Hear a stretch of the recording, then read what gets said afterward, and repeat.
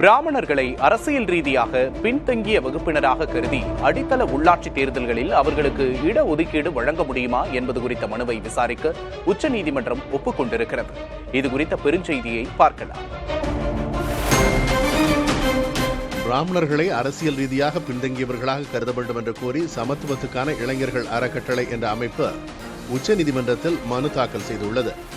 சமூக மற்றும் கல்வி ரீதியாக முன்னேறிய வகுப்பினராக இருந்தாலும் பிராமணர்களுக்கு கிராம பஞ்சாயத்துகள் போன்ற அடித்தள ஜனநாயக அமைப்புகளில் மிக குறைவான பிரதிநிதித்துவமே உள்ளது என்று மனுவில் தெரிவிக்கப்பட்டுள்ளது.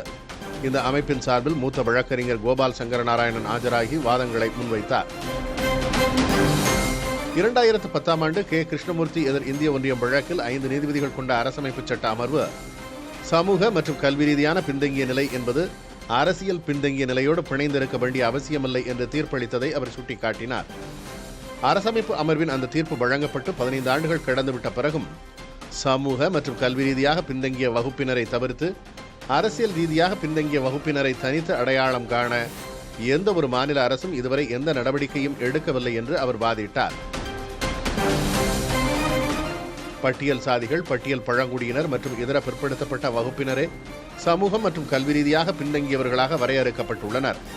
தலைமை நீதிபதி சூரியகாந்த் தலைமையிலான அமர்வு இந்த விவகாரத்தை ஆய்வு செய்ய ஒப்புக்கொண்டது. இருப்பினும் முதற்கட்டமாக அரசியல் பின்தங்கிய நிலை என்பது சமூக மற்றும் கல்வி ரீதியான பின்தங்கிய நிலையிலிருந்தே உருவாகிறது என்றும் சமூக ரீதியாக பின்தங்கியவர்களுக்கு அரசியல் இடஒதுக்கீடு வழங்குவதே நியாயமானது என்றும் கூறியது. சமூக மற்றும் கல்வி ரீதியாக முற்பட்ட வகுப்பினருக்கு அரசியல் பதவிகளில் இடஒதுக்கீடு வழங்குவது குறித்து ஆராயப்பட வேண்டும் என்றும் நீதிபதிகள் கூறினர்.